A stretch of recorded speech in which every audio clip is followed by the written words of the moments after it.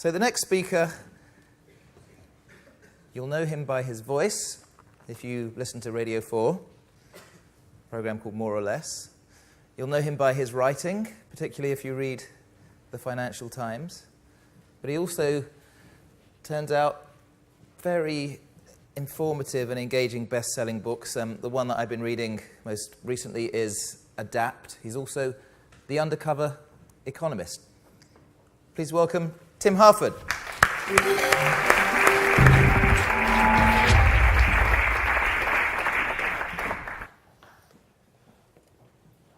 Well, didn't the British cycling team do well this year? For those of you who haven't been following it, sorry. Let me just fill you in. So let's take Olympic track cycling. There was one event in which the British team didn't win a medal. They broke the world record, but they didn't win a medal. They were disqualified on a technicality. The overall count was Great Britain, 7 gold medals. The entire rest of the world put together, 3 gold medals. And I wondered, as I watched this amazing performance, this amazing dominance, what's the secret of the success there? Is there something we could capture and copy? And now we know the secret of their success. The secret of their success is a man called Matt Parker. Matt Parker was the man who emphasized to the British cycling team that Olympic Games are a cauldron of pathogens and you need to really learn to wash your hands carefully. You should never take the official Olympic bus or always take your own transport. You never know what germs you might bump into. When you travel, Matt Parker emphasized, always bring your favorite pillow with you. Correct sleeping posture is extremely important. You don't want to be carrying any little niggles, any little aches. Matt Parker focused on the golden hour. He realized in the sprint events, there's 1 hour to recover between the semi-final and the final. And he focused a tremendous amount of attention on recovery time in that hour, the golden hour. And in the sprint events, every British cyclist went faster in the final than in the semi-final, and every non-British cyclist went slower in the final than the semi-final. Matt Parker discovered if you rub alcohol on the wheels of the bike, you clean off just that little tiny layer of dust, of grime, you get a little bit more friction, a little bit more speed out of the starting gate. And of course, Matt Parker invented the hot pants to keep athletes' muscles warm after the warm-up before they actually race. Matt Parker is the head of marginal gains for British cycling. And I love the idea of marginal gains. I love the idea of this incremental improvement. That everything you do, every decision you make, you should be examining, is there some way to do it a little bit better, and a little bit better, and a little bit better?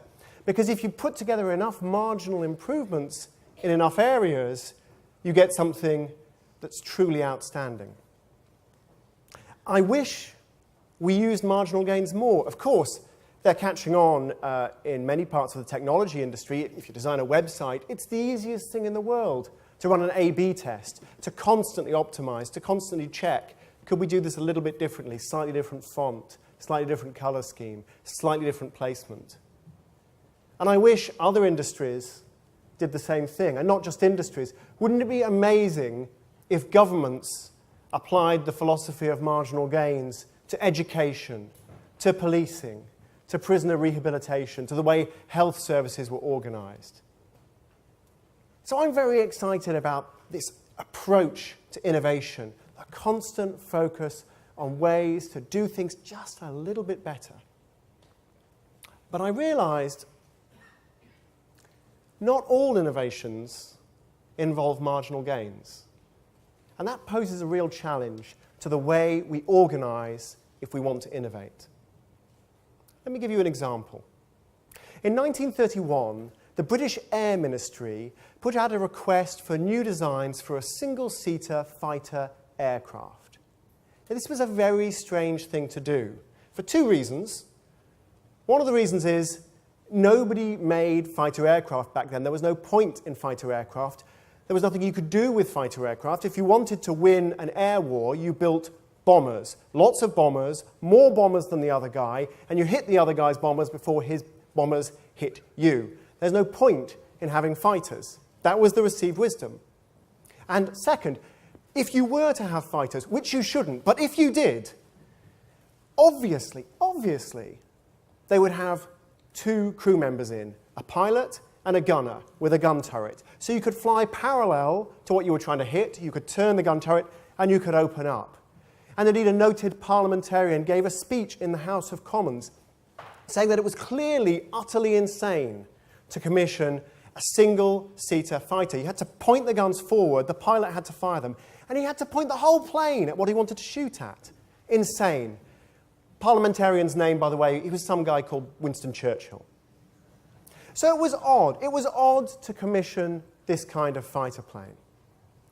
And when the replies to this commission came in, when the proposals came in, they sucked.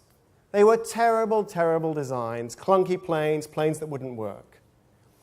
And then, a little time afterwards, late, months late, from a very unpromising source, a ragtag bunch of engineers on the south coast, run by a man whose chief contribution to public life at that point had been to whip up a frenzy about the idea that there were 50,000 perverts and deviants in the country, and they'd all been corrupted by the Kaiser and turned into spies for Germany.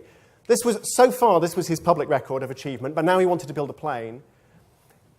This proposal arrived on the desk of a man called Air Commodore Henry Cave Brown Cave. And with a name like that, you've got to imagine a nice big curly moustache.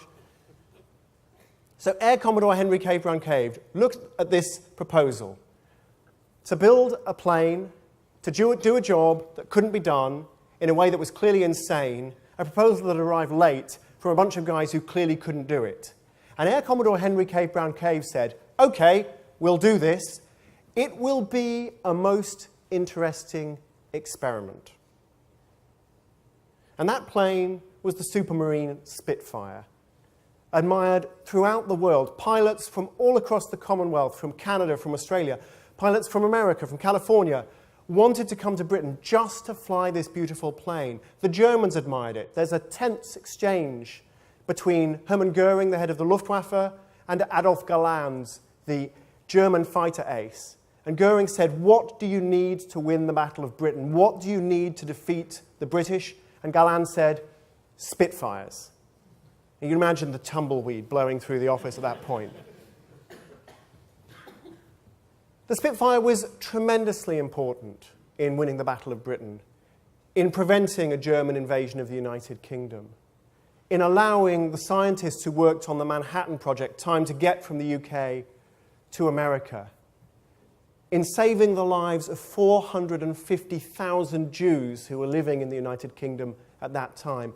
It's an exaggeration to say that this is the plane that saved the free world. It's not a big exaggeration. All commissioned for £10,000, the cost of that most interesting experiment by Air Commodore Henry Cave Brown Cave, the price of a nice house in London at the time. Not all innovation is marginal.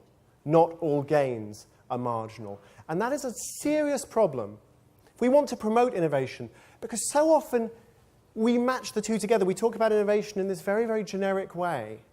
And we don't recognize the fact that, well, if you're honest, all due respect to Matt Parker, he did a wonderful job, but the guy who is constantly producing marginal gains, week in, week out, can come and say, look, I quantified it, we've improved it, it's getting better, give me another week, and another week, and another week.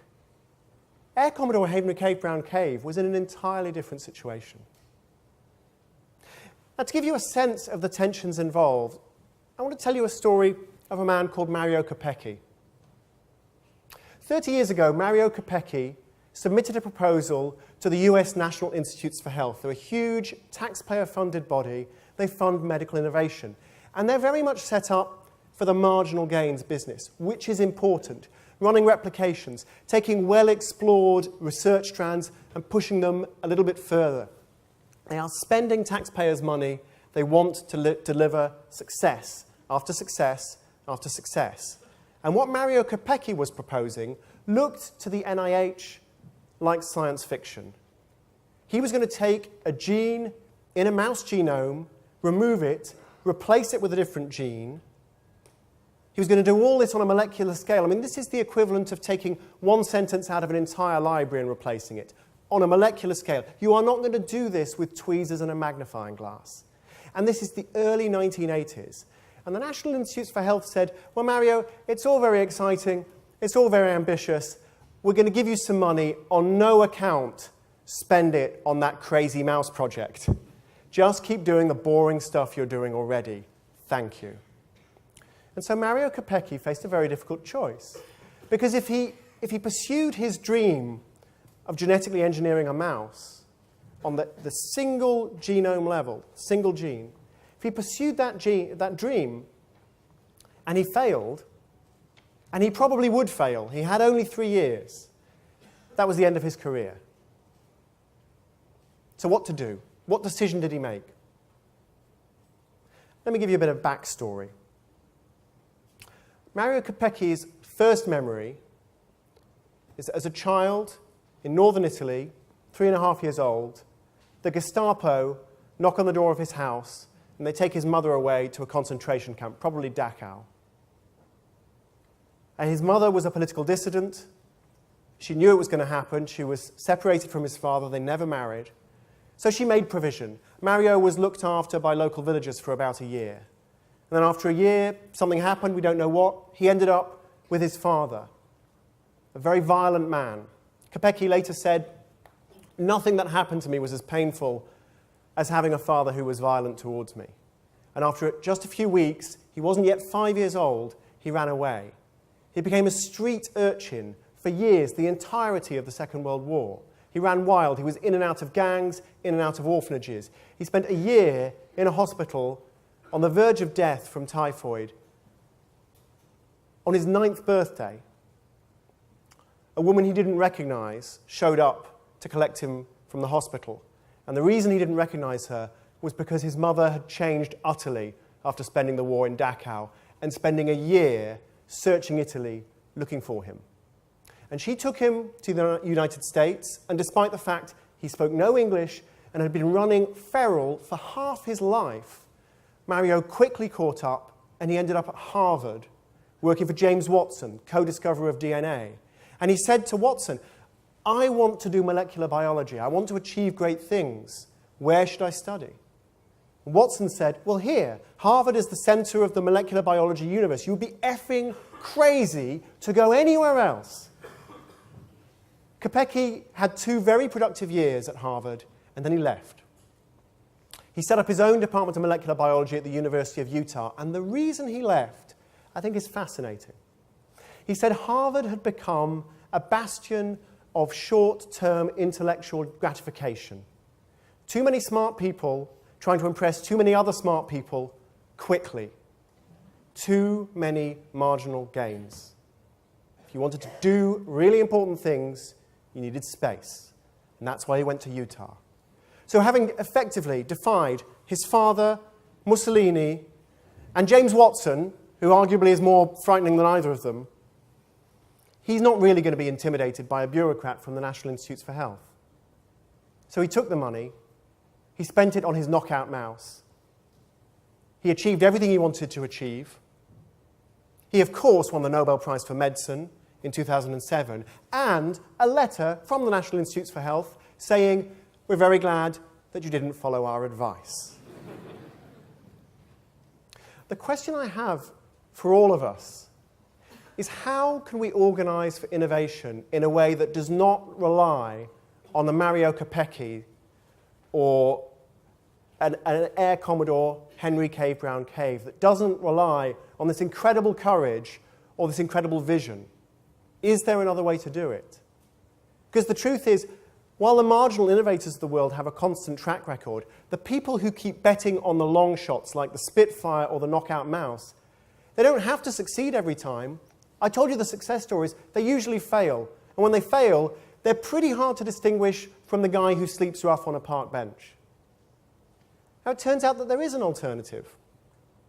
To give you one example, there's an organisation called the Howard Hughes Medical Institute, which also funds medical research. And unlike the NIH, which does this very important marginal innovation, the National Institutes for Health is absolutely, the Howard Hughes Medical Institute is absolutely determined to fund really big, bold steps. Show us it's never been done before. Show us that there is a substantial chance of failure. And a fascinating study by 3 economists compared very carefully scientists funded by the National Institutes for Health and scientists funded by the Howard Hughes Medical Institute with very similar track records, very similar stages in their careers. And they found, if you want to guarantee those marginal gains, if you want every project, every innovation to succeed, do it the way the National Institutes for Health do it. It will work. But if you want to create research papers that are in the top 1%, most cited, the ones that really make a difference, win prizes, create whole new genres of scientific research, whole new areas of scientific research, you've got to embrace the risk of failure.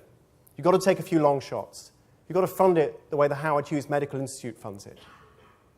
Both areas of innovation are vital. Marginal improvement is all about climbing the hill you're on, and punting on these long shots, it's all about finding new mountains to conquer. The Howard Hughes Medical Institute and the National Institutes for Health are both wonderful examples to us, but I couldn't help noticing Howard Hughes Medical Institute are very proud of one of their principal investigators. His name is Mario Capecchi. Thank you very much.